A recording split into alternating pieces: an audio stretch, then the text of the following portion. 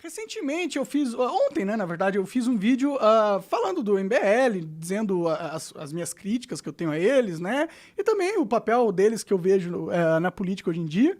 E o Arthur respondeu. Eu não vi ainda a resposta, vai ser a primeira vez que eu vou ver, e eu vou ver junto com vocês. E eu vou responder a resposta, porque aparentemente essas coisas vão bem no YouTube. E é legal essa discussão sobre liberdade de expressão, quero ver qual que é o ponto deles especificamente. Manda aí. Então, beleza. Olá, eu sou Marília, repórter digital do canal Saiu no Diário Oficial Notícias.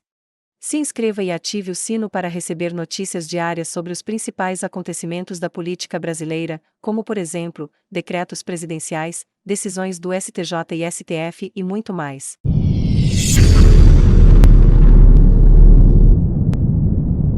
Cara, eu acho que é importante que um grupo do MBL trabalhe contra a pele da censura, entendeu? É importante quando eles apoiam o Deltan, porque ele foi caçado justamente, né? Sem querer pôr mérito nele como político, mas a forma, o processo que aconteceu com ele é, obviamente, perseguição política. Estão perseguindo o cara porque ele não faz parte do grupo que hoje está no poder. É basicamente isso, e a gente tem que ser contra isso, independente se o Deltan é um bom deputado ou não. Porque se a gente permite que eles escolham a dedo quem são os deputados, aí realmente até o teatro de democracia vai acontecer. Nem mesmo eles vão estar que é uma democracia, eles vão ter aceitado que é uma ditadura, eles escolhem quem está ali no grupinho dos poderosos, escolhem a dedo. Aí não importa se o cara teve 300 mil votos, o cara mais votado para não importa. Se ele não é da máfia, é vap de vup. A gente inventa uma desculpa no TSE, passa uma canetada, que inclusive o Ministério Público foi contra a decisão do TSE. Né? O Ministério Público falou, não acredito que ele não deveria ser cassado. O TSE ignorou o Ministério Público e cassou o cara, entendeu? Então, eu acho que o MBL ele pode ter um papel em ajudar, organizar e tudo mais, né? Agora, uma crítica que eu já fiz várias vezes ao MBL, já fiz inclusive na frente com eles aqui no programa, é que eles dizem que defendem liberdade de expressão, mas de verdade eles não defendem tanto liberdade de expressão assim não, pô. Quando o Arthur fala que quem divulga a live do argentino tinha que ser censurado mesmo, ele falou isso pra minha frente em vídeo, né? Não tem como ignorar essas coisas, tá ligado? E eu já vi várias outras coisas que por exemplo, eu vi uma vez o Renan colocando no Twitter, não, acho que pessoas abaixo de 16 anos não deviam poder postar nas redes sociais. Cara, que ideia é essa, tá ligado? Que ideia de rico é essa? Mas, e aí você diz que é a favor da liberdade de expressão. Não é. Tipo, não tem problema. Você pode não ser a favor. E é um direito seu, tá ligado? Você acha que o Estado tem que regular mais a expressão? É um direito seu de achar isso. Não vem falar que você é a favor da liberdade de expressão. Né? E tem duas coisas diferentes. Mas se eles quiserem lutar pela liberdade de expressão mesmo, começarem a apoiar os princípios mesmo da liberdade de expressão, que é o Estado não tem direito de dizer o que você pode ou não falar, as suas opiniões. Entendeu? Pausa. O Estado não tem direito. Se você quiser falar que você Pausa, vamos lá, Monark. Antes de eu completar o seu raciocínio, cara, em primeiro lugar eu agradeço você ter sido respeitoso, até agora tudo de boa, né? Me dou bem pra caramba com o Monark, só que eu vou te explicar uma coisa que você ainda não entendeu. Ele tinha que estar aqui pra eu perguntar essas coisas pra ele. A dúvida é a seguinte, é possível uma pessoa cometer crime só usando palavras? É a mesma coisa, ele já falou isso quando Se você responder que não é possível, aí você tem base pra falar, eu sou a favor da liberdade de expressão irrestrita. O cara pode falar tudo, absolutamente tudo, porque palavras não podem ser punidas. Eu não concordo com isso. Eu acho que eu vou dar Então um você exemplo não é a tosco favor da aqui. liberdade de expressão, Vamos é só supor isso que eu tô Eu falando. não gosto do Monark. Aí eu falo assim, eu quero matar o Monark, só que eu não vou lá matar. Aí eu falo pra uma pessoa assim, só usando palavras, se você matar o Monark, eu te dou o endereço e a senha de onde tem um cofre e tem uma recompensa lá pra você. Aí o cara vai e mata o Monark, eu falo pra ele não esse endereço, eu falo a senha do cofre, o cara vai lá, busca o dinheiro. Eu sou mandante de um crime. Pausa aí, rapidinho. Sim, você é mandante de um crime, você contratou um assassinato. Mas aí, quando você vai punir o que você fez, você não vai punir as palavras. Você não vai punir o que ele disse. Você vai punir o ato dele, que foi contratar alguém pra matar outra pessoa. Isso é crime já. Entendeu? E você não precisa punir, você não vai chegar no juiz e falar assim, é porque ele falou matar que eu vou punir. Não, é porque ele entrou em contato com alguém, ele disponibilizou recursos, ele indicou o alvo, entendeu? É essas coisas que vão acabar fazendo ele ser preso, não as palavras dele, entendeu? Então a gente não tem que punir as pessoas de falarem coisas, a gente tem que punir elas de agirem. Quando você contrata alguém, não é uma fala, é uma ação. Entendeu? É a mesma coisa que você falar quando você vai na loja e falar, eu quero essa bala aí. E você pega a bala e foge com a bala. Aí você vai punir as pessoas de pedirem pra comprar bala, entendeu? Você não pune o que ele falou, você pune a ação dele, que foi fugir com a bala, ou que foi contratar alguém pra matar outra pessoa. Isso já está na lei, já acontece, Arthur. Entendeu? Então, não estamos nunca discutindo sobre essas coisas, como assassinato, mandar assassinar, mandar matar alguém. Não são essas coisas que a gente está discutindo. A gente está discutindo opiniões políticas. Por exemplo, o regime que você quer, o processo que você quer, as coisas que você acha que aconteceram, por exemplo. Se você acha que teve fraude, você tem o direito de falar. E era essa a punição que você quis. O cara não mandou matar ninguém, o argentino. O argentino só falou, olha, eu tenho esses dados aqui, a gente fez essa análise e a gente acredita que teve fraude por isso, isso, isso e isso. Ele tem o direito de falar isso, mano. Por mais que ele esteja enganado, ele tem o direito de falar isso. Esse é o ponto, cara. Ninguém tá pedindo para que a gente que contrata outras para matar os outros não sejam punidos. Quando você faz isso, essa é uma falácia que você sempre faz para tentar colocar as palavras como se fossem os grandes inimigos nossos. Mas não são as palavras, velho, são as ações. A gente pune ações, sim, com certeza, mas a gente não pune opiniões, não pune protestos, tá ligado? Tá, se a pessoa invadiu, cometeu um crime invadindo, ok, quebrou ali, ok, mas se a pessoa tava no quartel pedindo por qualquer coisa, o direito dela pedir. Os comunistas não têm o direito de pedir por ditadura do proletariado toda hora, eles não pedem toda hora, nada acontece com eles. Por quê? Porque eles têm esse direito na nossa lei. E é isso que vocês não conseguem entender. E sempre ficam tentando fazer um malabarismo retórico para tentar justificar suas posições que são anti-liberdade de expressão. Aí você pode fazer a retórica que você quiser. No fim, você não é a favor que eu, por exemplo, divulgasse a live do argentino e falasse o que eu achei sobre a live. Na sua visão, eu não tinha esse direito. É isso que eu falo quando eu falo que vocês não são a favor da liberdade de expressão de verdade. É só isso. Mas continue aí. E eu, tecnicamente, não matei ninguém. Eu só falei. Aí vamos lá. Dentro da sua defesa da liberdade de expressão, como fica esse caso? Eu não sei realmente como o Monark responderia isso. Né? O cara pode falar isso? Ou ele tem que ser preso porque ele falou isso? A minha opinião é que ele tem que ser preso para falar isso. Pausa. E de novo... Ele não tem que ser preso por falar isso. Ele tem que ser preso pelo contrato de um matador de aluguel. Entendeu? Esse é o crime. Quando você escrever uma lei, você vai escrever assim: está proibido de contratar pessoas para matar as outras pessoas. Está proibido de incentivar violência. Já tá. Isso já é crime. Agora, quando eu defendo liberdade de expressão, não, você pode... falar que quer um golpe, se você quiser, entendeu? É seu direito. Você pode protestar, falar que as urnas são fraudadas, é só isso que eu tô falando, e é isso que vocês foram contra. Vocês conseguem admitir que vocês foram contra isso? Porque tem vídeo, tá ligado? Existe uma lei no Brasil em que você não pode deslegitimar o processo eleitoral com falácias, com mentiras. E a live do argentino, ela é objetivamente... Não existe essa lei. Não existe. Da onde você... E tipo, quem disse que era falácia ou mentira a live do argentino? E se tiver tudo certo o que ele falou? Porque vocês acreditaram na narrativa mainstream que não, aquela live do argentino era absurda. Mas se era tão absurda assim, por que eles fizeram tanta questão de proibir que as pessoas assistissem essa live? Eu fico achando que não era tão absurdo, não. Então, eles provaram que tinha falácia ali na live. Aconteceu um processo contra essa live? Não. Não aconteceu um processo. E você sabe disso. Que foi através do inquérito ilegal do Alexandre de Moraes que essas punições aconteceram. Sem nenhum processo. Eu não tive nenhum processo. E você sabe disso. Você sabe que isso é ilegal. E mesmo assim você está apoiando esse movimento porque você tem medo do Alexandre de Moraes. É isso. Ou porque vocês tinham ódio do Bolsonaro ao ponto que vocês justificam o autoritarismo do Alexandre de Moraes e muitas vezes. É isso, cara. Tá muito claro para as pessoas enxergarem. Não adianta você ficar fazendo malabarismo político aí para tentar se colocar a favor da liberdade de expressão e ao mesmo tempo a favor dos atos autoritários do Alexandre de Moraes. Não dá para ser as duas coisas ao mesmo tempo, cara. Não dá, desculpa, não dá, velho. Eu sou um cara racional. Quando a parada não tem lógica, velho. E não é porque, eu gosto do Kim e já conversei com vocês que eu vou deixar de falar o que tá óbvio na cara de todo mundo, mano. Eu não vou deixar de falar, desculpa. Mas é direito de vocês ter essa posição.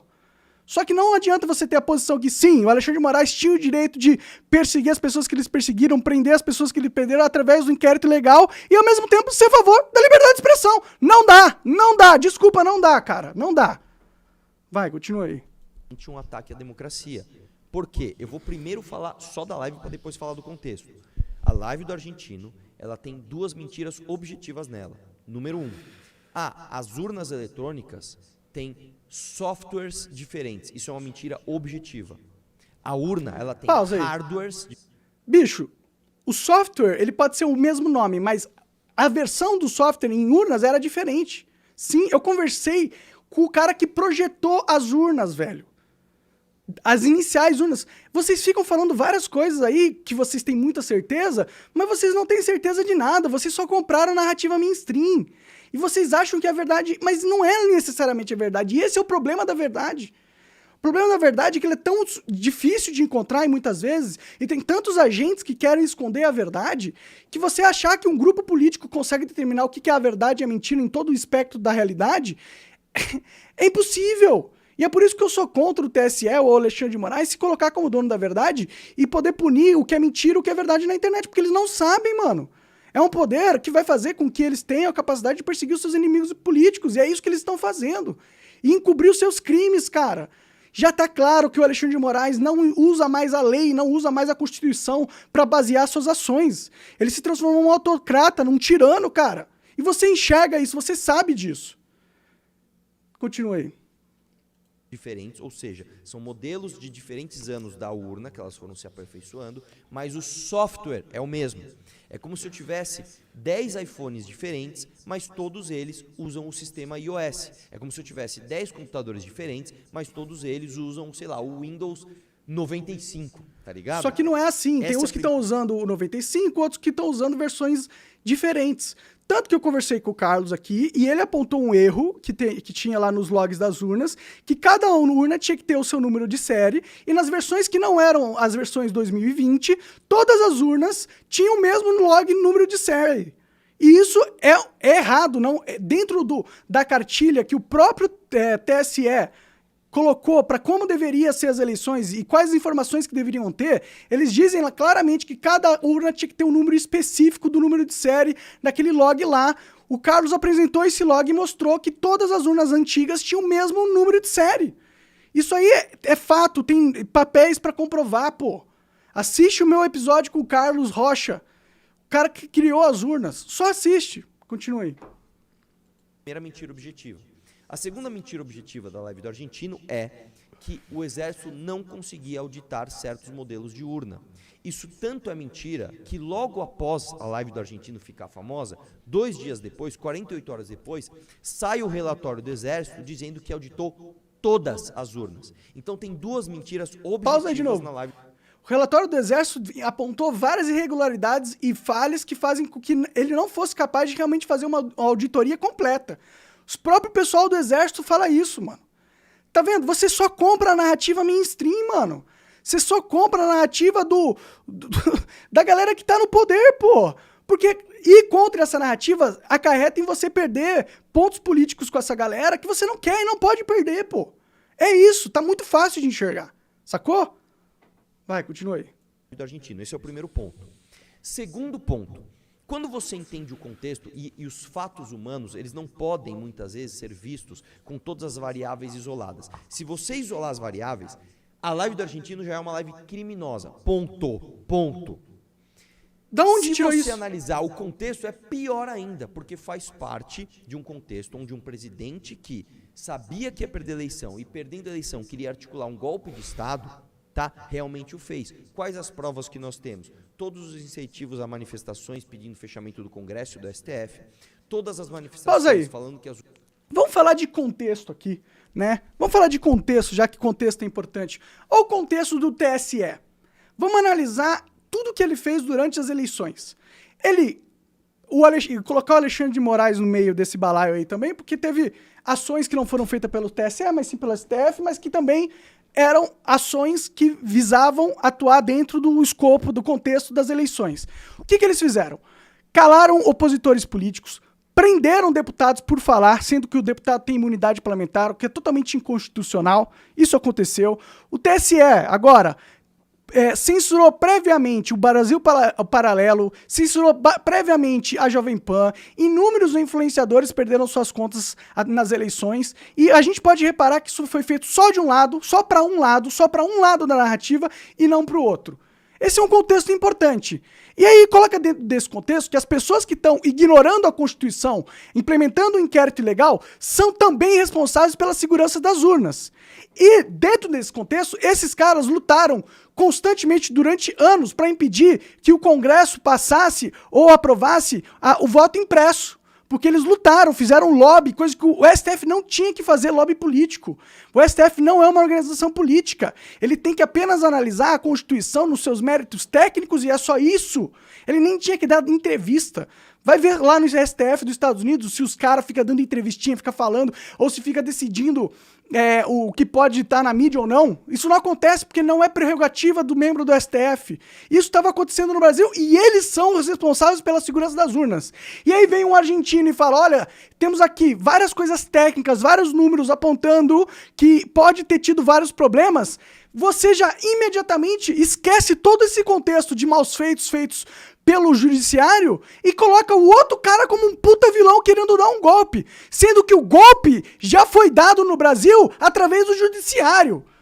Transformou essa merda aqui numa ditadura, que é o que a gente vive agora. E você vai lá correndo defender os ditadores e não defende nenhum do lado da outra narrativa que tá tentando apontar o quão cagado já é o nosso sistema político.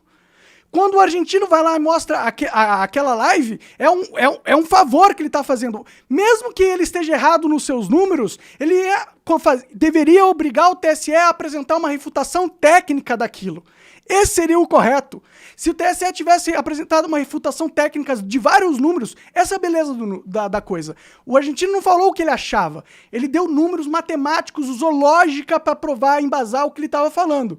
Se ele mentiu na lógica dele, o TSE, tendo todos os números e todos os algoritmos e tudo mais, seria muito fácil para eles criar um memorando desbancando todas as acusações feitas pelo argentino. Só que foi criado um país onde você não pode mais contestar as eleições e as urnas de nenhuma maneira. Você tem que acreditar que o TSE e o Alexandre de Moraes são deuses, incapazes de fazer algo errado, e não pode criticar eles. Esse é o Brasil que virou. E vocês estão apoiando essa narrativa quando vocês falam que a live do argentino é crime. Não, não é crime, velho. Não tem crime de fazer uma acusação. Se fosse crime fazer uma acusação ou uma denúncia, então você não teria nenhuma acusação ou denúncia em nenhum aspecto político. Isso seria uma merda. Porque aí os corruptos e criminosos ficaram impunes, sem medo de uma população que está calada e impedida de contestar os seus malfeitos. Esse é o universo político que você quer criar, Arthur? Porra! Continua ali. As urnas eram fraudadas sem nenhuma prova. Um documento na mesa do ministro da Segurança do Bolsonaro, lá, um documento do golpe lá, um documento do golpe. Ah, mas não estava assinado. Irmão, o triplex do Lula não estava assinado assim. Este triplex é do Lula e foi obtido criminalmente. Assina aquilo lá. O documento estava na mesa do homem, bicho, que foi preso. Pausa aí. Esse documento que o Arthur está se referindo é um documento que propunha uma ação constitucional, que está prevista na lei. Só que aí eles falam assim, não, ele ia fingir, ia fazer que está na lei, mas na verdade é um golpe. Sabe por que eles têm esse pensamento? Porque foi isso que aconteceu através do STF. Então ele fala, o Bolsonaro vai fazer a mesma coisa que o STF fez, então é um golpe. Porque eles sabem, pelo menos eu acho que sabem, que o STF deu um golpe no Brasil. Porque deu. Quando ele ignora a Constituição, isso é golpe, velho. É tirania, mano. Então, e outra, realmente não estava assinado o documento. Então era uma tentativa de golpe, era uma possibilidade de golpe. Meu Deus, é difícil. É difícil, velho. Vai, continua aí. Que mais é muita narrativa. Nós temos a realidade. Dia 8 de janeiro, o que aconteceu, Monarca? As pessoas entraram e quebraram o Congresso Nacional. As pessoas entraram e quebraram o STF. As pessoas cagaram, defecaram lá dentro, tentando dar um golpe de Estado atrabalhoado. Pausa aí. Sério que os caras estavam tentando? Um monte de velhinha. A dona Fátima estava tentando dar um golpe de Estado? Sério mesmo? Você acredita nisso mesmo, Arthur? Isso faz parte do seu mundo? Você achava mesmo que essas velhinhas estavam querendo dar um golpe de Estado? Como que você dá um golpe de Estado pacificamente cagando no STF? Como que você dá um golpe de... Sem arma. Sem arma. Ninguém tava armado lá. Como que você dá um golpe de Estado? Todo mundo desarmado, velho. Que golpe de Estado é esse, velho? Me explica. Que tipo de golpe é esse, velho?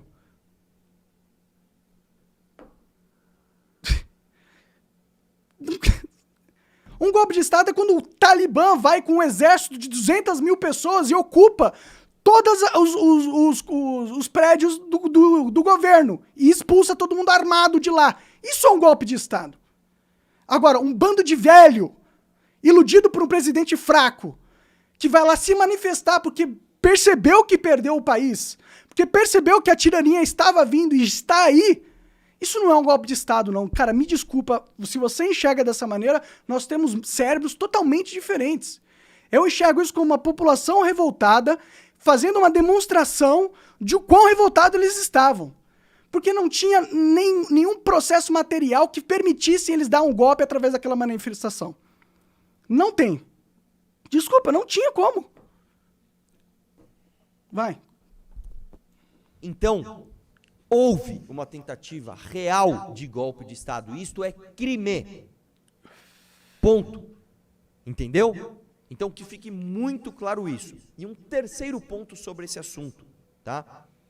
Eu nunca fui a favor de retirada de canal de ninguém do ar.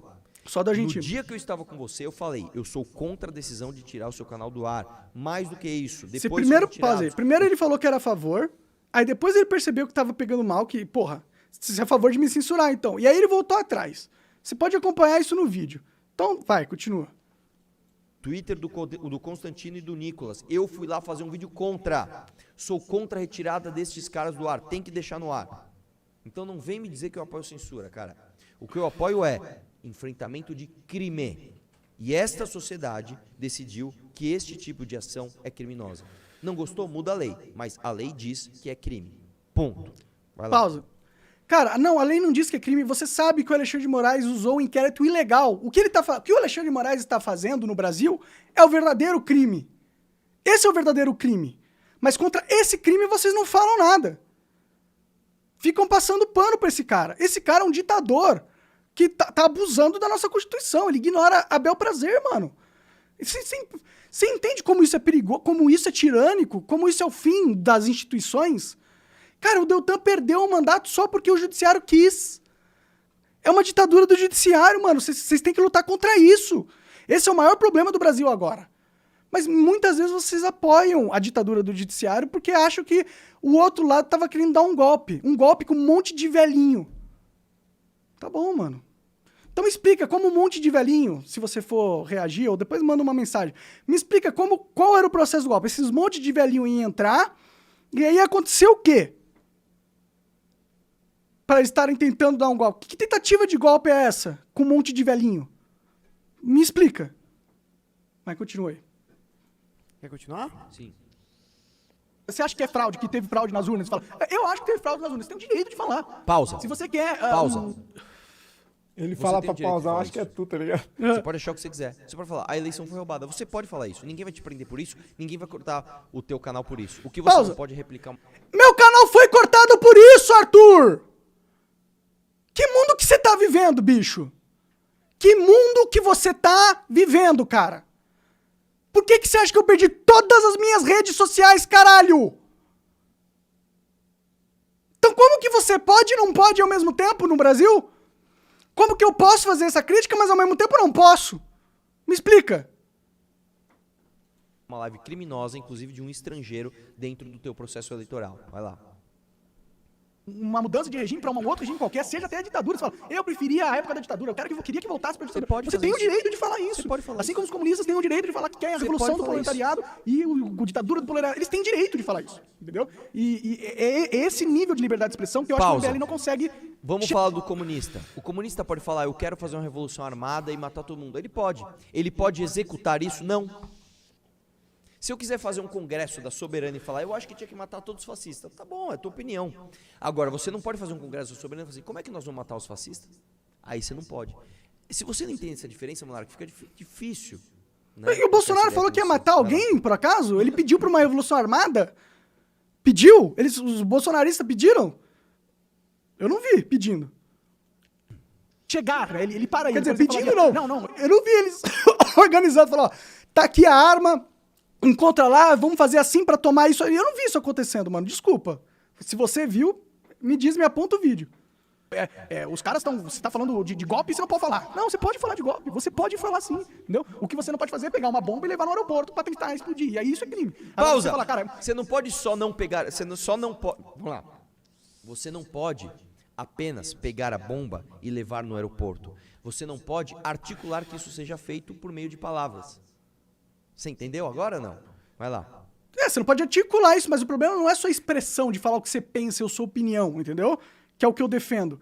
Isso aí é você realmente organizar um atentado terrorista, mano. Aí não são as palavras, é o fato de você organizar que é punido, entendeu? É isso que é punido, e eu concordo. O cara que organizou aquele bomba que os caras tentaram colocar no aeroporto, tem que pegar, punir esses caras e punir todo mundo que estava envolvido ali. Mas não a dona Fátima, que estava protestando e cagando no STF, entendeu? Essa é a diferença que vocês não conseguem entender. Vai. E não através também de um inquérito ilegal que o Alexandre de Moraes colocou que ele pode passar por cima da Constituição. Vocês têm que ser contra qualquer coisa que acontece nesse âmbito. Vai. Tô de saco cheio do Brasil, eu queria que alguém desse um golpe nessa merda e tirasse todos esses crápulas ali. É uma ideia inteligente? Não. Mas é direito seu de falar e pensar isso, tá ligado? E eu acho que é isso que o MBL não consegue entender sobre liberdade de expressão, tá ligado? Eles falam, não, a gente apoia a liberdade, mas algumas coisas o Estado tem que tolir, né? Algumas censuras tem que acontecer, né? Tipo, no caso da Argentina, né? Óbvio que tinha que... Não tinha que acontecer. O argentino tem o direito de falar o que ele quiser, tá ligado? Ele analisou gráficos ali. Se tivesse alguma coisa errada ali ou enganosa, o que tem que ser feito é uma refutação em praça pública, né? Porque se a verdade é que não houve fraude, então deve ser muito fácil provar que não houve fraude, convencer as pessoas que não houve fraude. Não tem que ter medo de outras hipóteses ou outras pessoas criando outro tipo de narrativa. Pausa, deixa eu falar uma Ninguém coisa. é dono da Só uma verdade. coisa. Eu nem vou me estender nesse tema que eu já expliquei, mas desculpa, Monarca, aí você está se enganando numa outra coisa. Por que existe o crime de calúnia e difamação? Porque eu caluniar alguém, eu difamar alguém é muito mais fácil do que descaluniar, do que desfamar, entendeu ou não?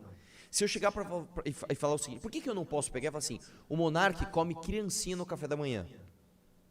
Porque primeiro eu destruo sua vida, depois demora muito tempo para você mostrar que aquilo era mentira. O ônus da prova é de quem acusa. Você entendeu? Entendendo isso, a nossa sociedade criou o crime de calúnia e de difamação. E vou dizer, difamação... Pausa aí, rapidinho. E aí... Cara, eu fui o cara que no Brasil mais sofreu com calúnia e difamação, de todas as pessoas que estão vivas agora. Eu fui chamado de nazista pelo Jornal Nacional, New York Times, eu passei no Jornal Nacional de Israel, todo mundo dizendo que eu era nazista, baseado numa falácia, de uma má interpretação, de um corte malicioso que fizeram de 4 horas de conversa que eu tive. Então, eu entendo muito bem sobre difamação. E, ao mesmo tempo, a maioria das pessoas que estão aí não acham que eu sou nazista. E estão aqui me acompanhando, e eu saio na rua, eu sou super bem tratado sempre.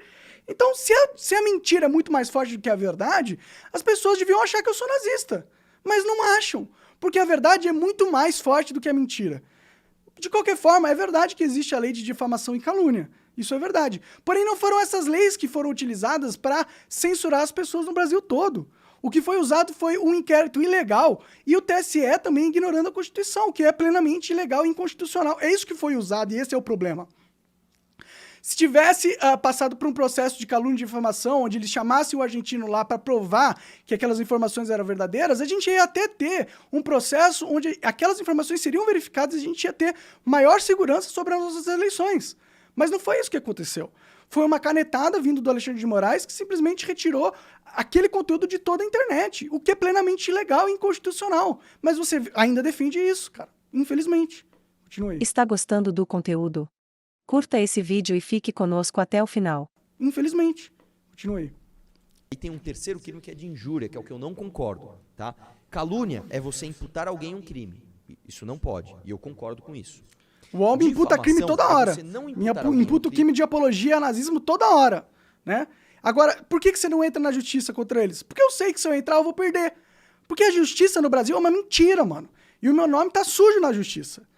Todos os caras do judiciário me odeiam, velho. E se eu entrar eu vou perder. Porque no Brasil não existe lei. É uma mentira, esse país é uma mentira. Eu vou perder porque a minha reputação já foi queimada e o juiz não tem um critério técnico mais para avaliar as coisas. Ele só avalia por lobby político. O Brasil é isso, essa mentira é essa. Vai, continue. Mas difamar essa pessoa. Então vamos dar um exemplo. Se eu falar assim, o Bahia é corno. Pode ser verdade. Isso não é crime, isso pode ser verdade. Eu não posso sair falando. Bahia é contra, porque isso pode prejudicar a vida dele de alguma forma. Se for provado que eu prejudiquei, eu cometi um crime de difamação. E eu concordo com esse. Nós temos um terceiro crime no Brasil, que é o crime de injúria. Este eu discordo. Que é quando você ofende alguém. Por quê? Porque isso é muito subjetivo. Eu posso ficar ofendido com qualquer coisa. Você pode chegar e falar, você é baixinho, eu tô ofendido, quero que você me pague. Entendeu? Legal. Mas Bom. enfim, vai lá. Que bom. Continua? Também sou contra o De novo, crime de vamos ver o que ele injúria. fala. O pessoal quer que pare? Vocês querem continuar? Dá play enquanto isso. É. E todo mundo tem o direito de criar sua própria narrativa sobre os fatos. A Globo não fica criando narrativa toda hora. O UOL cria narrativa toda hora. O UOL me imputa crime direto. Essa semana aí saiu uma notícia onde eu ganhei um processo que um grupo de judeus fizeram contra mim, pedindo 50 mil reais cada um por danos morais e tal. Uma baboseira, tudo. Foi negado o processo. E aí o UOL, quando foi fazer a reportagem da matéria, escreveu com todas as letras que eu fiz apologia ao nazismo. Quando é mentira, mano. Eu não fiz apologia a porra nenhuma. Eu, inclusive, no episódio, no podcast, eu falo que o nazismo é do demônio. Eu falo, o nazismo é do demônio, no episódio em questão. Como que isso é apologia? A única coisa que eu falei é, eu acredito em liberdade de expressão, igual nos Estados Unidos, ao ponto que até os nazistas têm o direito de falar o que eles pensam. É isso que eu falei. Isso já acontece no mundo real, já acontece nos Estados Unidos. Eu não estou falando algo em apologia ao nazismo, mas sim em favor da liberdade de expressão plena e absoluta, que é o que eu sou a favor. Então, se tivesse uma manifestação em prol da liberdade de expressão irrestrita, se fosse irrestrita, eu estaria apoiando essa manifestação, estaria fazendo campanha e indo pra rua junto, entendeu? Mas se não for para apoiar a liberdade de expressão de verdade, eu tô fora de apoiar qualquer tipo de manifestação. Porque a essência... Assim, você vê como o Monark é um cara bacana, né? A gente discorda nesse ponto, em nenhum momento ele xingou a gente, ele desrespeitou, ele deu a opinião dele. Monark, cada vez mais eu gosto de você, cara. Eu gosto pra caramba de você, de verdade, cara. Você é um cara Obrigado, do bem, mano, e é vou te nóis. dizer mais. O Monark, ele é realmente uma verdadeira vítima de injustiça, tá? Inclusive no episódio lá, a gente fez vídeo defendendo você, porque realmente você merece a volta por cima que você tá dando e o sucesso que você tem, porque você é fera. Obrigado, A gente cara. discorda nisso. Eu acho que o teu raciocínio é um pouco raso na defesa do que você chama de liberdade de expressão. Igualmente. E discordamos nisso, e você vê como é possível discordar sem desrespeitar, tal, somos amigos. Cara, um beijão, Monark, te amo. É nóis, Pô, cara. Obrigado, qual que é velho. mais uma Desculpa pausa? se eu me empolgo aqui refutando vocês, ou dizendo porque eu acho que vocês estão enganados, mas é porque isso é algo muito caro pra mim, entendeu? Essa defesa da liberdade. E também a gente tem que, entender que a gente tá numa ditadura, a gente não pode continuar tratando com normalidades o que o TSE e o Alexandre de Moraes fazem, velho. A gente já perdeu o país, Arthur. Isso aqui virou já uma ditadura autocrática do judiciário. Isso é terrível, cara. Isso é terrível. E vocês sabem disso, mano. Então, a gente não pode ficar apoiando. Eu sei que vocês odeiam o Bolsonaro, e eu sei que ele é um merda que não lutou nem um pouco pelas liberdades de verdade, ele apenas queria estar no poder, e é isso. Eles querem controlar essa direita, que nem direita é de verdade, que sei lá o que é essa porra, direita ou esquerda, não importa pra mim de verdade. Mas a gente não pode passar pano pro Alexandre de Moraes e não pode admitir censura de nenhuma forma, cara. De nenhuma forma. Gostei que você falou ali sobre injúria. É uma visão avançada sobre liberdade de expressão. Injúria é realmente um absurdo, tá na lei. E tem muitas coisas... E esse é o problema do Brasil. Tem muitas coisas que estão na lei que são absurdas de estarem na lei. O nosso Código Penal é uma mentira, é uma piada. Tudo no Brasil é uma piada. Nossa Constituição é uma piada. Esse país é uma piada. E é desesperador, cara. É desesperador. A gente tem que lutar contra isso. Mas é isso, tá aí o meu react. Valeu, um abraço aí pro pessoal do MBL. E, por favor, vamos mais pra liberdade de expressão ainda. Vamos mais pra liberdade. Mais liberdade. Vamos fincar um traço na areia e entender que o Alexandre de Moraes tomou o país pra si, que isso é um absurdo e que ele tem que cair. Tem que cair ele, tem que cair a oligarquia global que hoje comanda o nosso país, cara. Infelizmente, esse é o único caminho para a independência do Brasil e do brasileiro. Se a gente não lutar contra eles, a gente vai ser escravo desse sistema para sempre. Essa é a verdade. Tudo que vou falar aqui está documentado. Nada da minha cabeça. O que eu mais quero para o meu Brasil é que a sua liberdade continue a valer também, obviamente, depois das eleições. O que eu mais quero, por ocasião das eleições, é a transparência. Porque nós queremos que o ganhador seja aquele que realmente seja votado. Nós temos um sistema eleitoral que apenas 2 países do mundo usam. No passado, alguns países tentaram usar, começaram até a usar esse sistema e rapidamente foi abandonado. Repito, o que nós queremos são eleições limpas, transparentes, onde o eleito realmente reflita a vontade da sua população. Isso é um sinal claro que o trabalho que os senhores exercem aqui no Brasil é extremamente importante para os seus países e para nós também. O Brasil é um país fantástico, 8 milhões e meio de quilômetros quadrados, riquíssimo em biodiversidade, minerais, terras agricultáveis, áreas para turismo, água potável, uma coisa enorme chamada Amazônia. Ou seja, o Brasil, pela sua extensão territorial, pelas suas riquezas, está integrado no mundo todo. O Brasil faz negócios com praticamente o mundo todo. Quem adotar uma posição de equilíbrio em conflitos, buscamos a paz, trabalhamos por isso, preservamos a nossa democracia. Até o momento, uma só palavra minha houve fora do que eu chamo de 4 linhas da nossa Constituição. Nós respeitamos as leis. Me elegi presidente da República gastando menos de $1 milhão. Repito, gastando menos de $1 milhão e dentro de um leito de hospital. Após sofrer um atentado e uma facada de um elemento de esquerda, cujo inquérito não foi concluído, apesar dos enormes indícios de interesses outros se fazerem presente. Mas isso é uma questão interna nossa. Eu gostaria de ver esse inquérito concluído para chegar nos mandantes da tentativa de homicídio. Sou capitão do Exército Brasileiro, fiquei 15 anos no Exército, fui vereador no Rio de Janeiro por 2 anos e 28 anos dentro da Câmara dos Deputados. Conheço muito bem o nosso sistema, conheço muito bem a política brasileira. Fiz uma campanha sem recurso, então, mas que começou 4 anos antes do pleito, depois da reeleição da senhora Dilma Rousseff. E andando pelo Brasil, sozinho. 3 anos sozinho andando pelo Brasil, juntando multidões. Fiz a minha campanha. Tudo que vou falar aqui está documentado, nada da minha cabeça. O que eu mais quero para o meu Brasil é que a sua liberdade continue a valer também, obviamente, depois das eleições.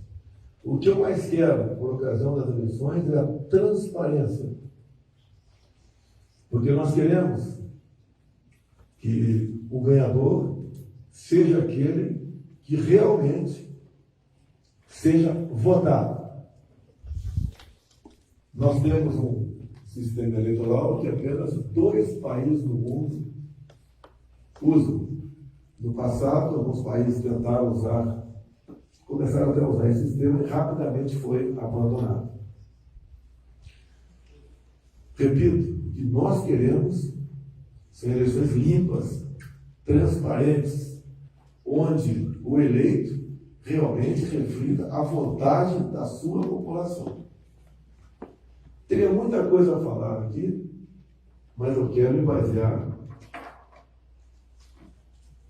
exclusivamente em um inquérito da Polícia Federal que foi aberto após o segundo turno das eleições de 2018, onde um hacker falou que tinha havido fraude por ocasião das eleições.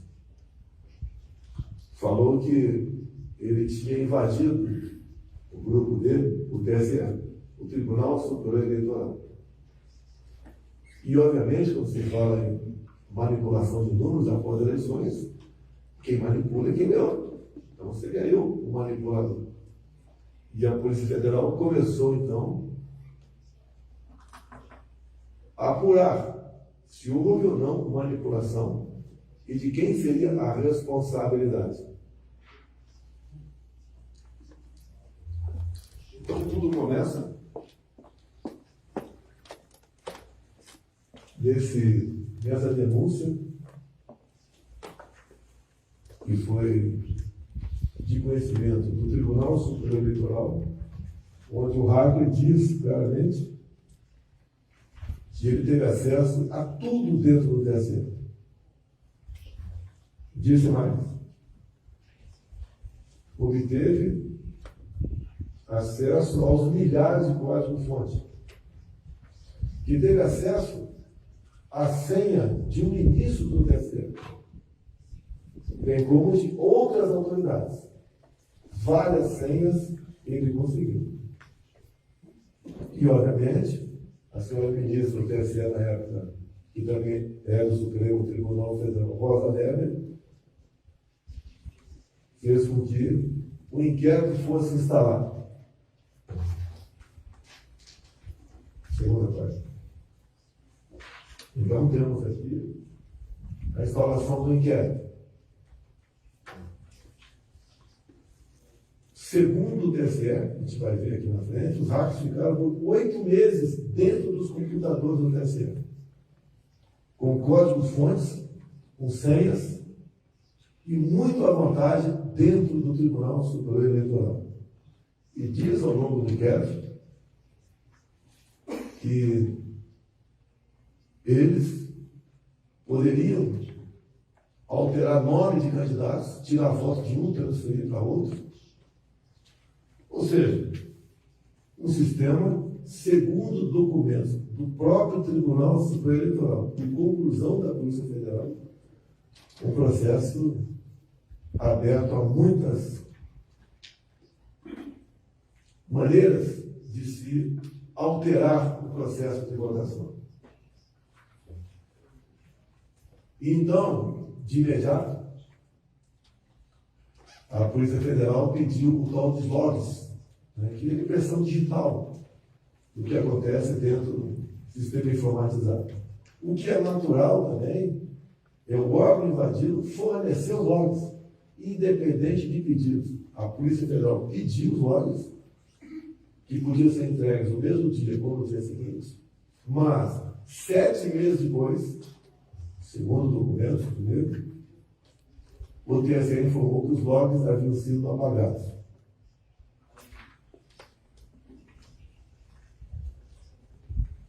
E uma coisa muito importante, esse inquérito, aberto no mês seguinte do segundo turno das eleições de 2018, até hoje não foi concluído ainda.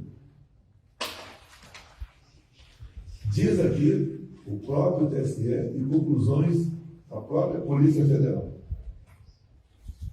O atacante, o invasor, conseguiu copiar toda a base de dados. Repito, conseguiu a senha de um ministro do Tribunal Superior Eleitoral. Também a senha do coordenador de infraestrutura, Cristiano Andrade, que é a pessoa de confiança do chefe de TI chamado Giuseppe Janini.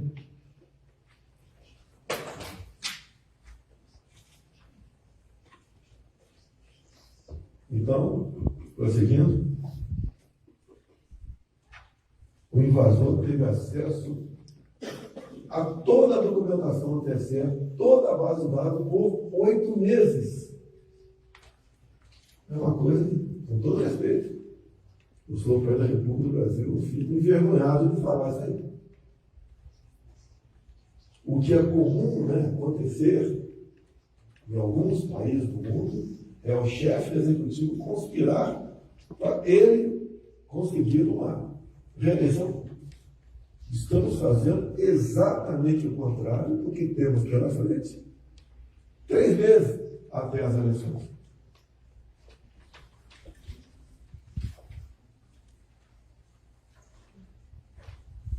mais na frente. Tudo que eu falo aqui ou é conclusão da TF ou é diretamente informações prestadas pelo TSE. O senhor secretário atesta categoricamente, certo é isso? Certo é que está errado aí.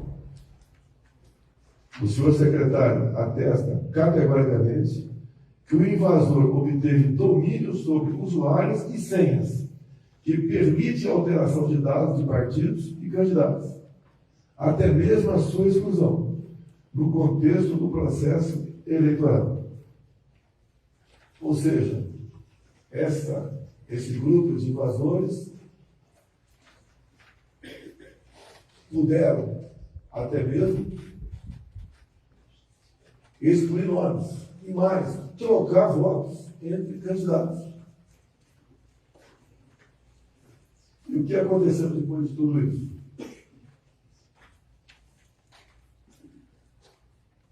Eu tive acesso a esse inquérito no ano passado, divulguei.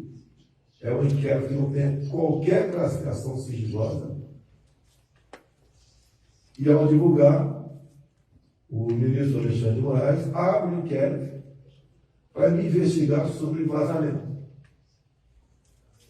Em depoimento, o delegado encarregado do inquérito foi bem claro.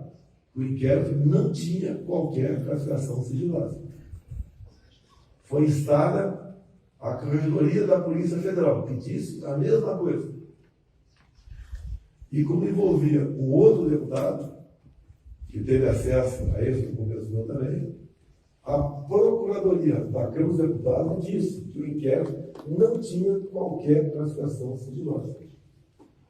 O que nós entendemos aqui no Brasil é que quando se fala em eleições, elas têm que ser totalmente transparentes. Coisa que não aconteceu em 2018.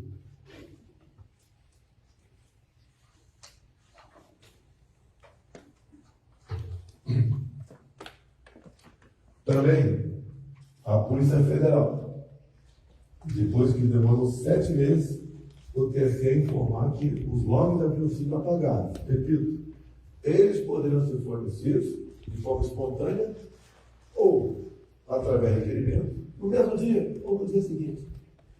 Então, 7 meses depois, o TSE informou que os logs haviam sido apagados.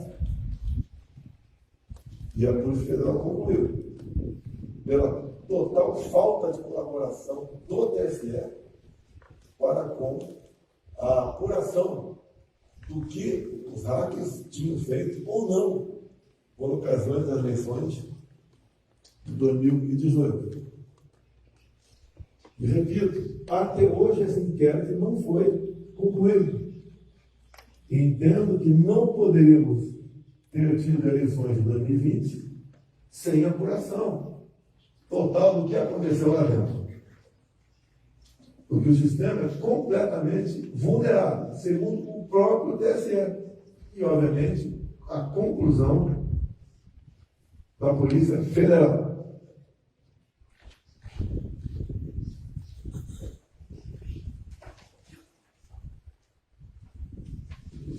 Só 2 países no mundo usam esse sistema eleitoral novo. Vários outros países ou não usam, ou começaram a usá-lo, ou chegaram à conclusão de que não era um sistema confiável, porque é inauditável. É impossível fazer uma auditoria em eleições aqui no Brasil. E agora a fotografia de alguns países, com toda certeza tem gente aqui na Inglaterra, França, Irlanda, Austrália, Alemanha, Hong Kong, Coreia do Sul, Japão. Olha que o pessoal está acompanhando uma apuração. No Brasil não tem como acompanhar a apuração. Eu não sei o que vem fazer os observadores de fora aqui. Vão fazer o quê? Vão observar o quê? Se o sistema é falho, segundo o próprio TSE, é inauditável também, segundo uma auditoria externa, pedida por um partido político, no caso do PSDB, em 2014. E, com todo respeito, 8 meses passeando dentro dos computadores do TSE. Esse grupo de hackers, será que o TSE não sabia? Mas vamos continuar. Mais outros países? Taiwan, Rússia, Suíça, Noruega, Itália, Israel. O pessoal tem o que observar. Aqui no Brasil, os observadores que, porventura, vierem para cá, eu queria saber o que vão observar aqui. Está passando? Aqui que eu falei, então, em 2014, a conclusão foi de que houve uma dúvida naquela época. Quem ganhou as eleições? Daria um capítulo, mas eu não vou entrar nesse capítulo aqui. E é também bastante curioso o que aconteceu em 2014. A Polícia Federal, nesses momentos, recomendou o voto impresso. Manteria o sistema eleitoral nosso, mas teria uma impressora do lado da urna, onde não haveria contato manual por parte do eleitor, e após a confirmação do voto, esse papel cairia dentro de uma urna, e essa urna seria, então, utilizada mais na frente para uma contagem física, caso houvesse dúvidas sobre quem ganhou as eleições.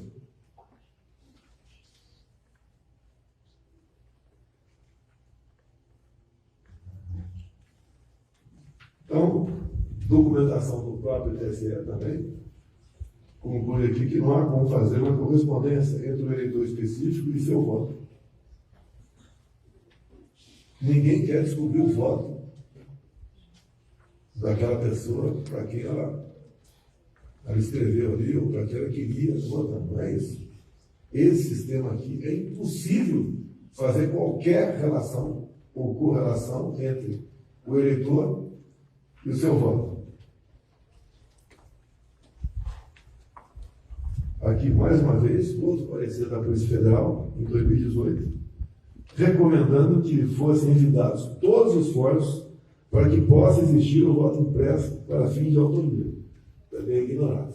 Por 4 vezes o Parlamento brasileiro, com a minha participação, todas elas, nós aprovamos o voto impresso ao lado da urna eletrônica, sem contato manual do eleitor com o voto, e o Supremo Tribunal Federal disse que era inconstitucional.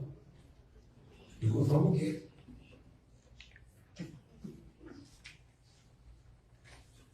E daí entra na frente aqui, isso. Mais uma personalidade. Deixo claro, quando se fala em ministro Fachin, ele foi o responsável por tornar Lula elegível. Numa interpretação de um dispositivo constitucional, o Lula estava preso, e o Supremo entendeu que a prisão só poderia acontecer em última instância, na quarta instância. Então ele foi condenado em primeira instância, segunda instância, terceira instância. Todos os placados, por unanimidade, estavam cumprindo pena de prisão. Com a reinterpretação do Supremo Tribunal Federal, ele foi para a rua.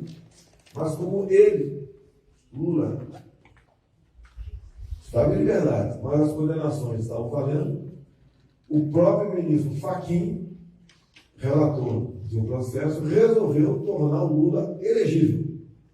Então, por 3-2, o Supremo Tribunal Federal não inocentou, simplesmente anulou os julgamentos, voltando para a primeira instância o senhor Luiz Inácio Lula da Silva.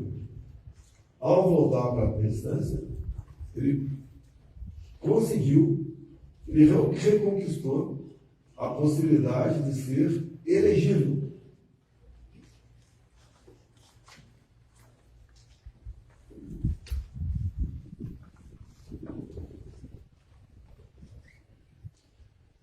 Daí, em setembro de 2021,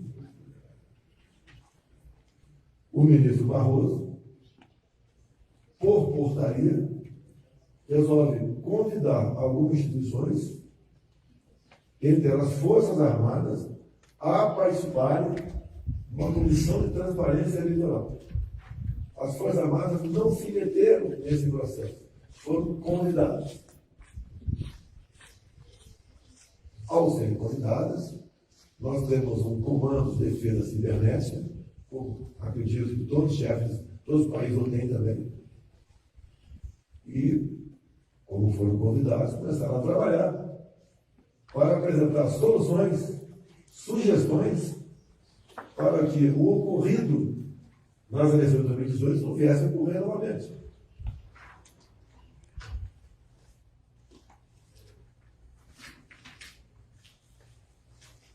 Continua então o senhor Barroso me atacando. Deixe bem claro, por que o senhor Barroso foi escolhido pelo governo do PT para ser ministro do Supremo Tribunal Federal? Porque ele trabalhou para que o terrorista César Battisti ficasse no Brasil. E no último dia do presidente Lula, em 2010, o Battisti ganhou a condição de refugiado no Brasil, graças ao trabalho dele, Barroso, que era advogado naquela época, e o terrorista César Battisti permaneceu no Brasil. Graças a isso, certamente, ele deu confiança do Partido dos Trabalhadores e foi indicado para o Supremo Tribunal Federal. Então, essa acusação do Vazilidade, o inquérito, que é ostensivo, não tem qualquer classificação sigilosa, é uma acusação simplesmente infundada. Carece de base, de amparo legal. É uma acusação mentirosa. Nada existe no inquérito. O inquérito, como disse, com o próprio depoimento do delegado encarregado mesmo, da Corregedoria da BF e da Procuradoria da Câmara, dizendo que o inquérito não tinha qualquer classificação sigilosa. E se tivesse, estava errado. Porque quando se fala em eleições, se vê à nossa cabeça transparência. E o senhor Barroso, também com o senhor Fachin, começaram a andar pelo mundo me criticando, como se estivesse preparando um golpe por ocasião das eleições. É exatamente o contrário do que está acontecendo. O Barroso, nos Estados Unidos, faz uma palestra como se livrar de um presidente. Ele era do Tribunal Superior Eleitoral e do Supremo Tribunal Federal. A gente não tem notícias de pessoas que ocupam essa corte nos países que têm e fiquem falando, dando entrevistas, dando palestras e colocando a sua opinião pessoal sobre este ou aquele governo. Lamentável a ação do ministro Barroso pelo mundo, que isso atrapalha o Brasil. Repito, os senhores nunca ouviram uma só palavra minha de censurar a mídia, de derrubar a página de alguém que me critique, de prender deputado. Nunca mandei prender um deputado. Quem prendeu foi outro colega deles, Alexandre Moraes. Está gostando do conteúdo? Curta esse vídeo e fique conosco até o final. Depois, também tive. Boa noite, ministro. Com as informações que a gente tem até agora, dá para saber se a gente vai ter resultado hoje ainda ou só amanhã? E a outra coisa quem é que faz a manutenção do supercomputador que o senhor mencionou? É a própria equipe do TSE ou uma empresa terceirizada? Obrigado.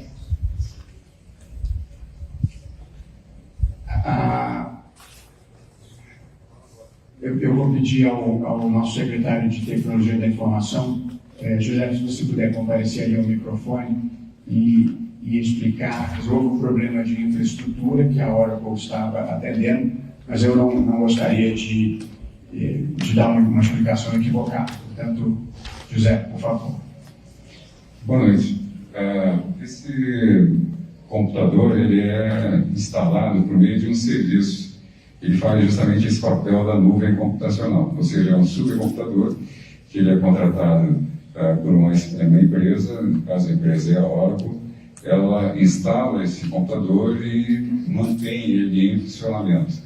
É um serviço, justamente, e não é uma aquisição, portanto, a manutenção, a conservação, o suporte, o bom funcionamento do equipamento é de responsabilidade da empresa. Não é propriamente uma terceira, é uma contratação de um serviço, como explicou o nosso secretário. Okay? Bem, não é o Tribunal Superior Eleitoral quem conta os votos, é uma empresa terceirizada. Acho que nem precisava continuar essa explanação aqui.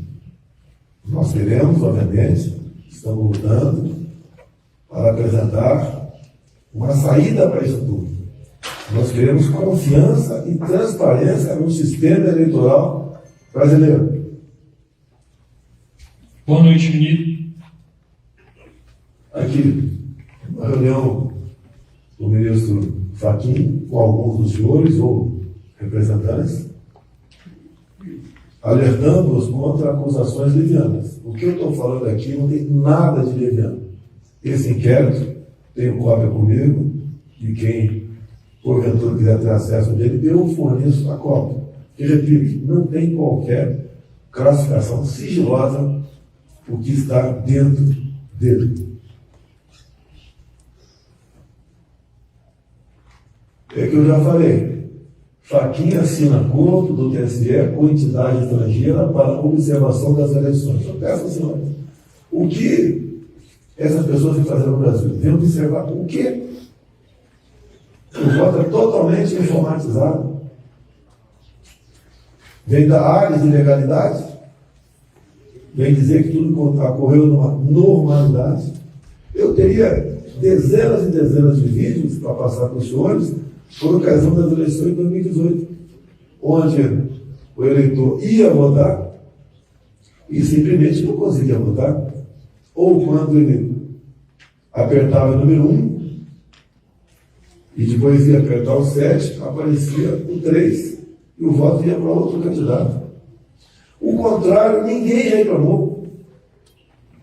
Temos quase 100 vídeos de pessoas reclamando que foram votar em mim e, na verdade, o voto foi para outra pessoa. Nem um vídeo de alguém que foi votar o outro candidato e, porventura, apareceu o meu nome.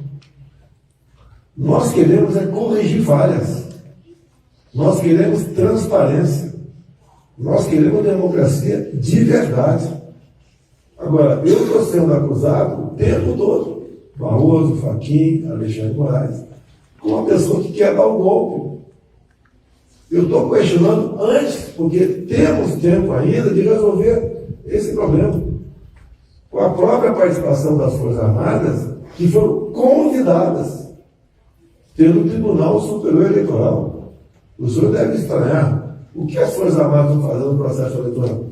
Nós somos convidados. E eu sou o chefe supremo das Forças Armadas.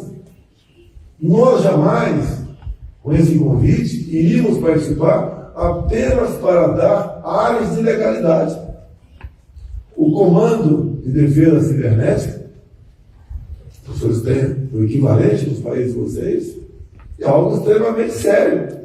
Pessoas extremamente mais que habilitadas, confiáveis. Passa aqui. Depois de convidar as Forças Armadas, o trabalho das Forças Armadas, junto com o Comando de Defesa Cibernética, se algo louvável, confiável e verdadeiro. O ministro Fachin diz que as sugestões apresentadas pelas Forças Armadas serão avaliadas depois de 22. Todas as sugestões apresentadas pelas Forças Armadas podem ser cumpridas até 2 de outubro. E se tiver qualquer despesa extra, o Poder Executivo arranja recursos para tal. E sempre ouvimos, em especial da esquerda, que democracia não tem preço.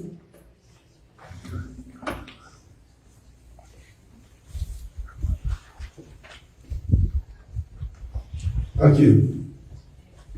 Por que uma declaração como essa? Será que ele já está antevendo que o candidato dele, que ele tornou elegível, vai ganhar as eleições, e do lado de cá teria uma reação, resultados de eleições se cumprem. Agora estão tentando antecipar um problema que interessa para todo mundo. O mundo todo quer estabilidade democrática no Brasil. Os senhores todos querem continuar representando os seus países, porque o Brasil é um país que interessa para todo mundo. Nós alimentamos mais de 1 bilhão de pessoas pelo mundo com o nosso agronegócio. Repito, temos negócio com o mundo todo. É um país fantástico. Teria muito a falar sobre o Brasil. Os senhores bem acompanham o que vem acontecendo aqui em nossa pátria. E nós, né, se o povo resolver voltar ao que era antes, paciência. Agora, num sistema eleitoral como esse, que apenas 2 países o adotam, outros estudaram e abandonaram, outros fizeram uma outra eleição e desistiram. Nós não queremos isso para o Brasil. Nós não queremos que, após as eleições, um lado ou outro, né, questione o resultado das eleições. Como vocês viram no começo aqui, vídeos passando mesmo, eu ando no Brasil todo. Sou muito bem recebido em qualquer lugar. Ando no meio do povo. O outro lado, não. Sequer toma café ou almoça no restaurante do hotel. O homem no seu quarto. Porque não tem aceitação. Agora, pessoas que devem favores a ele não querem um sistema eleitoral transparente. Pregam o tempo todo e, imediatamente, após anunciar o resultado das eleições, os respectivos chefes de Estado dos senhores devem reconhecer imediatamente o resultado das eleições. Continua. Depois das Forças Armadas serem convidadas para participar da Comissão de Transparência Eleitoral, o Fachin, quem tornou o Lula elegível, diz que quem trata as eleições no Brasil são forças desarmadas. Por que nos convidaram? Achavam que iam dominar as Forças Armadas? Será que se esqueceram que eu sou chefe supremo das Forças Armadas? Será que se esqueceram da responsabilidade das nossas Forças Armadas, que gosta de um conceito excepcional perante a opinião pública? Jamais as Forças Armadas para esse país uma farsa. Jamais seriam moldura de uma fotografia. E olha uma coisa inacreditável. O que o Fachin diz? O homem que tornou o Lula elegível sempre foi advogado do MST, um grupo terrorista que até pouco tempo era bastante ativo no Brasil. A auditoria não é instrumento para rejeitar o resultado das eleições. Até que serve a auditoria. Eu tenho vergonha de falar para vocês. Eu tenho vergonha. Eu sou obrigado a conversar com os senhores, agradeço a presença aqui, prioritariamente, e sei que os senhores todos querem a estabilidade democrática do nosso país.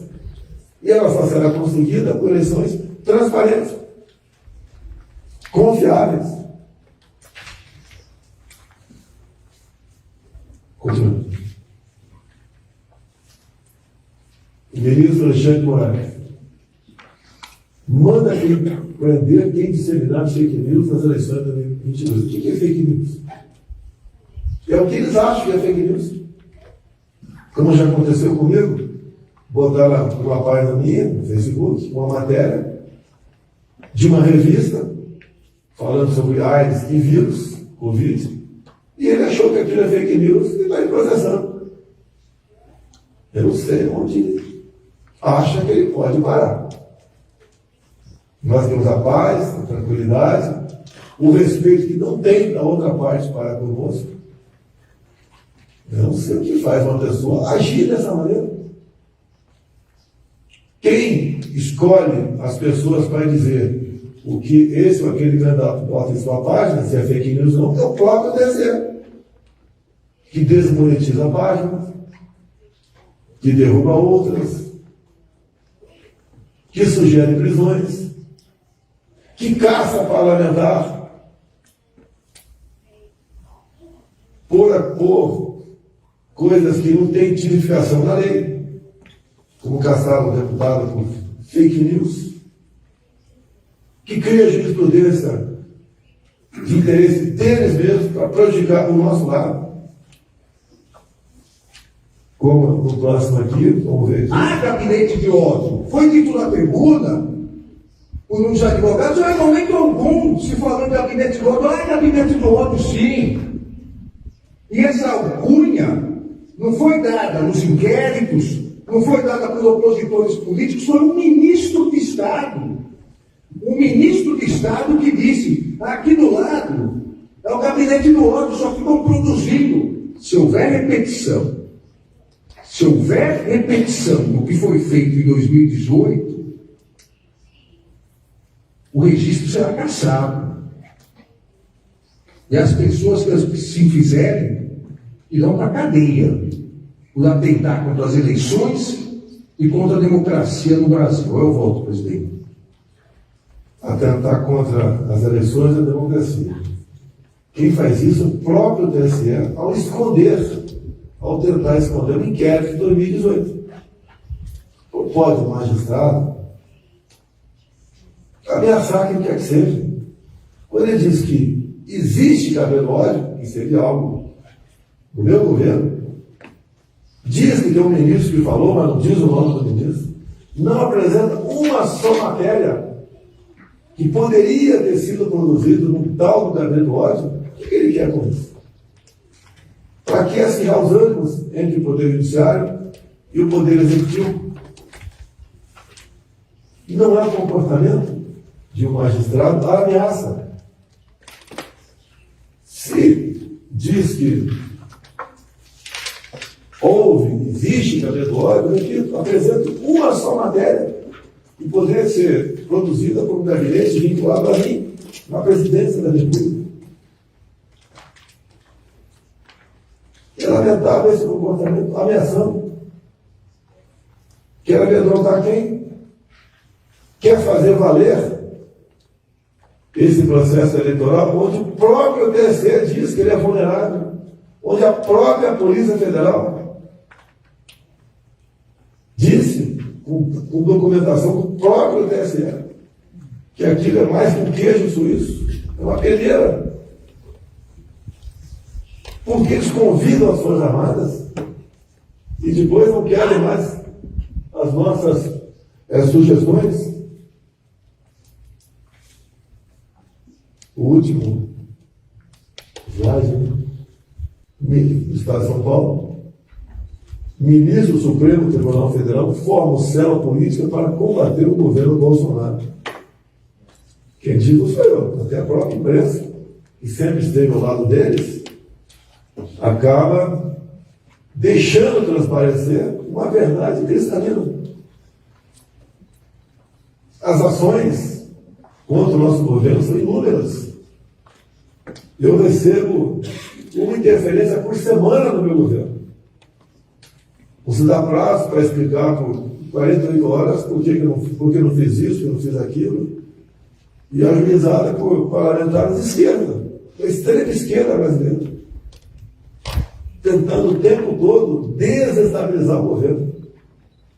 Então a presença dos senhores aqui, que eu agradeço mais uma vez, com qual a intenção nossa?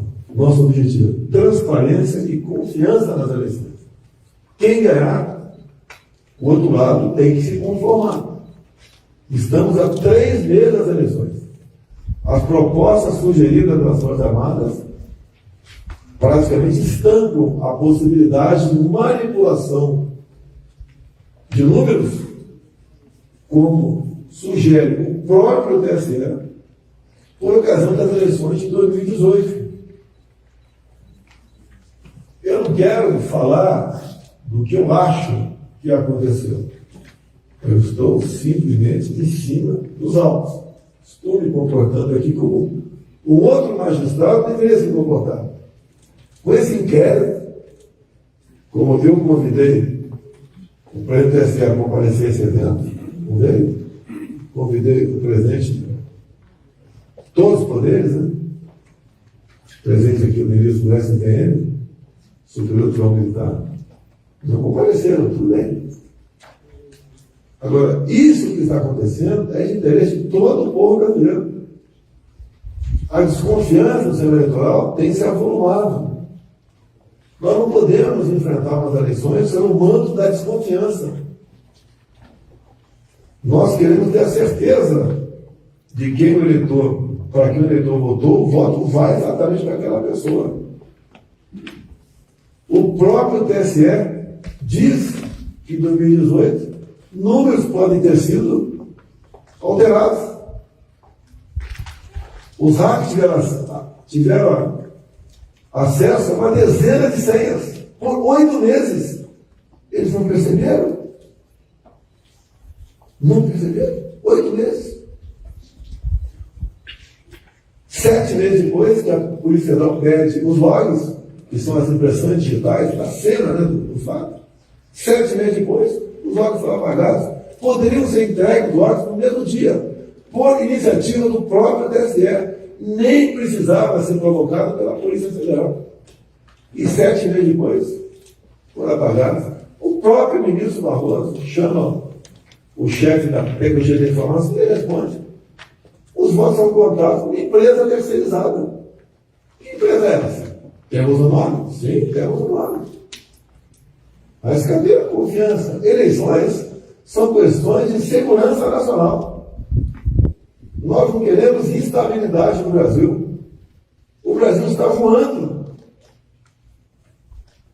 Nos comportamos muito bem durante a pandemia. Nos comunicamos e fazemos negócio com o mundo todo. Nos mantivemos em posição de equilíbrio em situações complexas pelo mundo. Nós garantimos a segurança alimentar para mais de 20% da população mundial.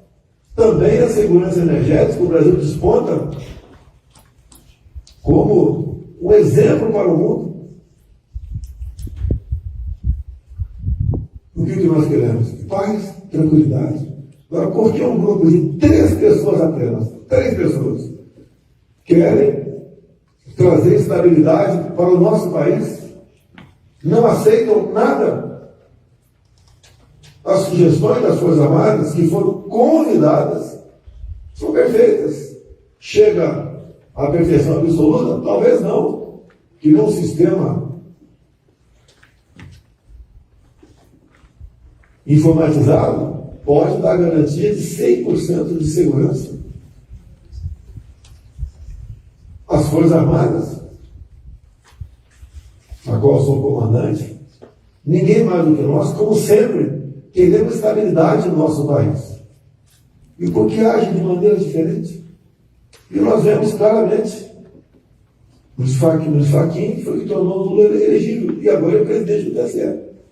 O ministro Barroso foi advogado do terrorista Battisti, que recebeu aqui o acolhimento do presidente Lula em dezembro de 2010. O ministro Alexandre de Moraes advogou no passado para grupos que, se eu fosse advogado, não advogaria. É o direito dele advogar para quem quer que seja, mas eu não faria esse trabalho. Tem posição de um comportamento que não se adequa ao sistema democrático. Ameaça. Vou caçar o registro, vou prender. Quem duvidar, o prêmio. Olha, quem está duvidando do que está acontecendo, não sou eu. É o próprio Tribunal Superior Eleitoral, que ele agora não quer deixar que se aperfeiçoe. Que ele realmente mostre, no dia 2 de outubro do corrente ano, os números reais das eleições pelo Brasil. Então, o que eu tinha a falar aos senhores era isso. Eu vou pedir ao ministro Carlos França que o extrato disso chegue na embaixada dos senhores aqui. Quem quiser o processo na íntegra, eu entrego também, porque ele não tem qualquer grau de sigilo. Né? Repito, me sinto até envergonhado desse momento. dado o que está acontecendo em nosso país. Bota para rodar sem som. Bota só sem som, só as imagens. Isso, se eu vir aqui, acontece no Brasil todo, como eu já disse, o povo gosta da gente. Não paga um centavo para ninguém participar de absolutamente nada. É um povo cristão no Brasil, é um povo ordeiro, trabalhador, tem seus problemas, mas acima de tudo quer paz, quer segurança. E tem encontrado em mim isso aí.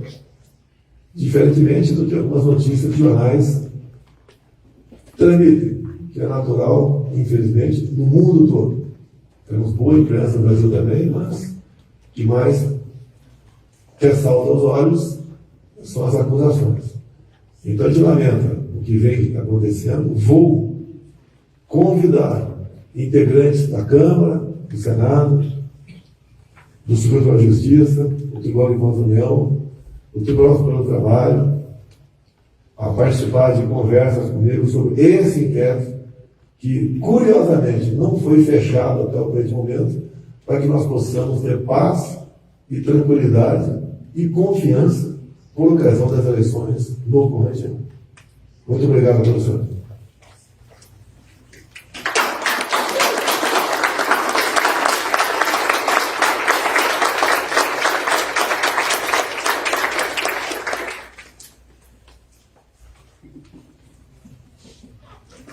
Está encerrado, senhor. Muito obrigado.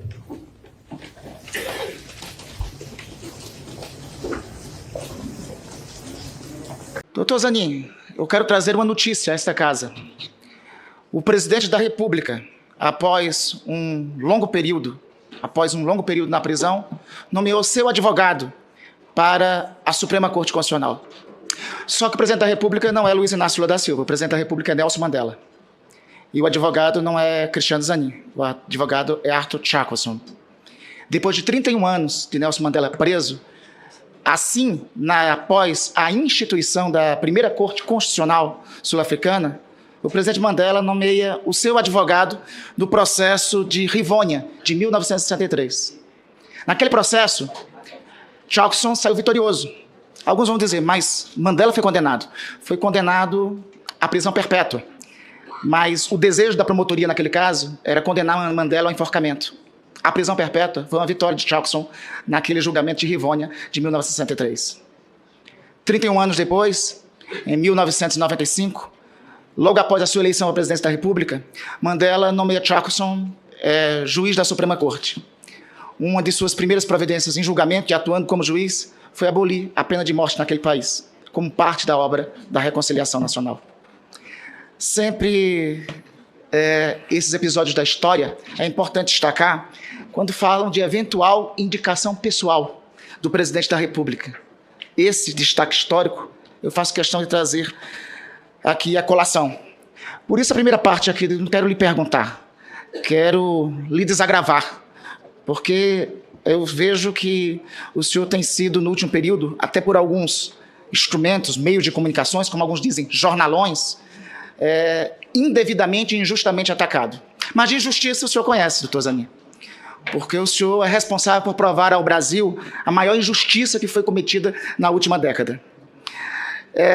Chegam ali eu acho um absurdo, assim, quando levantarem a acusação de qual o seu notável saber jurídico, doutor Zanin, erga essa decisão da Organização das Nações Unidas.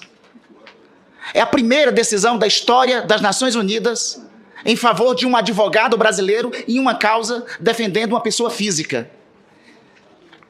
E a ONU, a Comissão de Direitos Humanos da ONU, nessa decisão, chega a declarar o seguinte: o Comitê de Direitos Humanos da ONU considera que, para um observador razoável, os fatos que ocorreram mesmo antes da primeira condenação do autor, em 2017, se referindo ao presidente Lula, mostram que o elemento objetivo do requerimento de imparcialidade não foi atingido. O comitê observa que uma decisão tomada no momento certo sobre o assunto teria evitado o prejuízo causado pelo autor, o que incluiu uma condenação, a confirmação da condenação, ser impedido de concorrer à presidência da República e 580 dias de uma prisão injusta. Foi o senhor que colecionou essa decisão da Organização das Nações Unidas. Aliás, o senhor proclamou, às vezes, contra inclusive o clamor da opinião pública, mas atuando como a justiça devia atuar, e lembrou a todos os brasileiros a existência de alguns princípios basilares presentes no artigo 5º da Constituição. A presunção de inocência, a defesa, o contraditório, a defesa ao devido processo legal, o direito ao devido processo legal. Isso está na Constituição, mas durante o tempo parece que isso foi esquecido. Doutor Zanin, quando muitos se curvavam às condenações, quando muitos se curvavam ao punitivismo, Vossa Excelência proclamou por esses direitos. Isso e a decisão da ONU pontuam em vosso currículo e trazem ao senhor as condições de ter um notável saber jurídico para esse lugar. Tem significado diagnóstico, como costumo dizer, logo após o período triste que nós passamos, logo depois do punitivismo que abriu alas para o fascismo em nosso país, nós termos assento na Suprema Corte desse país um advogado não só garantista, mas um advogado que respeita a Constituição, fazendo jus ao dever e ao papel da democracia. É isso que tem que ser lembrado. Porque, presidente, veja, eu vejo alguns questionamentos, inclusive, nessa sabatina, e me causam espécie, se assim me permite. Né? Alguns aqui questionaram. Não pode um inquérito com o juiz sendo acusador ao mesmo tempo que sendo executor. Eu acho que não pode. Está gostando do conteúdo? Curta esse vídeo e fique conosco até o final. Mas também, quando lembram disso, eu lembro do Evangelho de Lucas, capítulo 6, Evangelho de São Lucas, capítulo 6, versículo 14. Por que reparas no cisco que está no olho do teu irmão e não percebes o tronco que está no teu próprio olho? O mesmo que falo de inquéritos indevidos do Supremo Tribunal Federal, esquecem e acham correto um processo judicial em que teve conluio entre juiz e procurador. Aliás, doutor Zanin, ao invés de perguntar aqui, como já foi perguntado aqui anteriormente, sobre relação pessoal sua com o presidente, eu espero e eu acredito que o senhor não terá nenhuma relação pessoal com nenhum procurador na atuação da magistratura na Suprema Corte de nosso país. Eu tenho certeza que, pela experiência que o senhor teve em denunciar isso, essa atuação, Vossa Excelência não terá. Me causa também estranheza quando, às vezes, até para tentar distorcer a verdade, trazem à colação aqui informações do tipo seguinte: o senhor tem relação pessoal com o presidente da República? O senhor foi padrinho de casamento do presidente da República? Bastava percorrer a imprensa para saber que o presidente da República e a primeira-dama não tiveram padrinhos de casamento.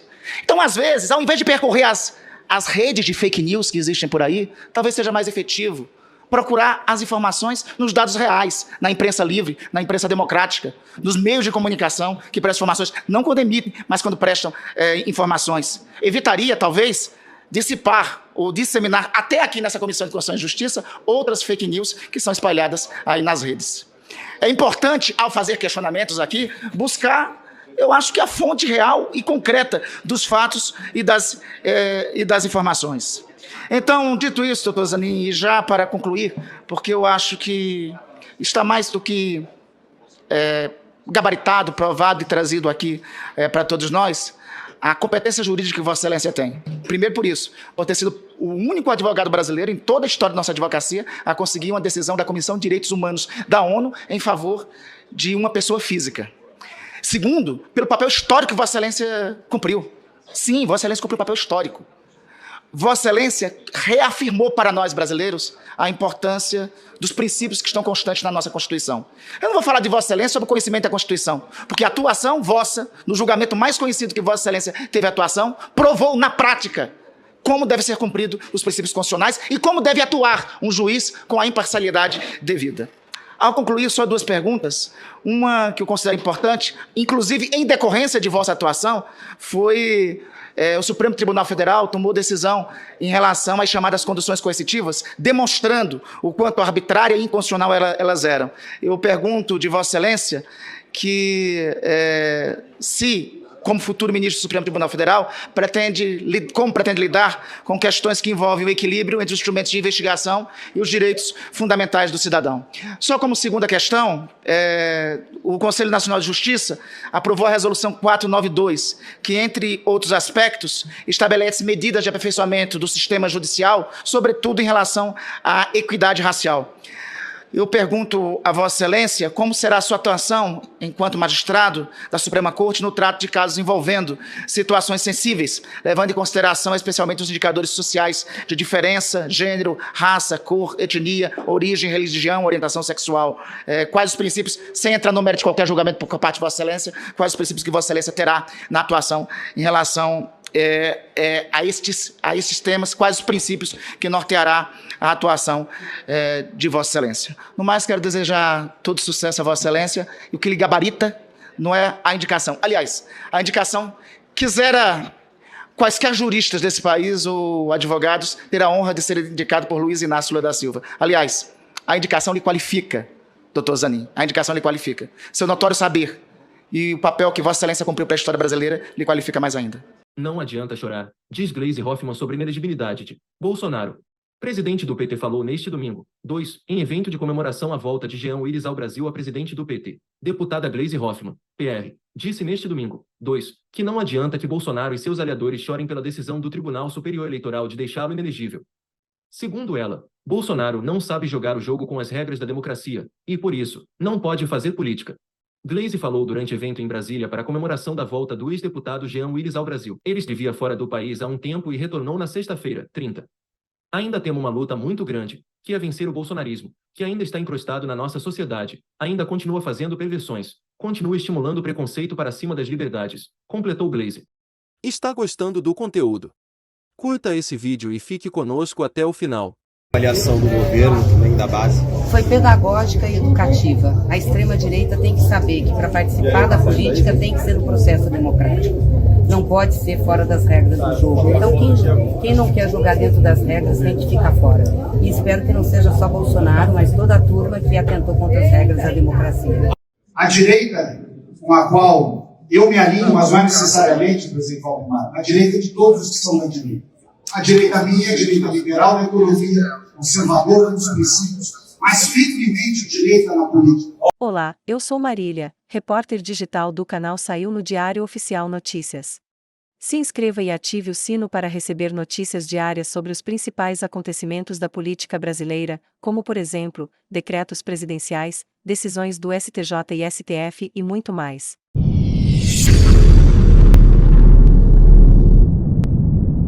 Nós estávamos ali atrás, os deputados que são de direita, questionando o seguinte: ninguém aqui outorgou ao Tarcísio o direito de falar em nome dos deputados do PL e negociar o que quer ser. Nós temos o nosso próprio voto. Nós temos os nossos próprios votos. E se tem um lugar no Brasil hoje que não tem um governo de direita, é o governo de São Paulo. Então, não venha aqui dizer, colocar a faixa de representante da direita, porque não é. Nós temos as nossas próprias convicções, nós temos os nossos próprios princípios, e muitos de nós têm pelo presidente Bolsonaro uma lealdade verdadeira. E eu digo tranquilamente, porque passei 2 anos e meio apanhando por ser leal ao presidente Bolsonaro, tomei processo por ser leal ao presidente Bolsonaro, e até hoje,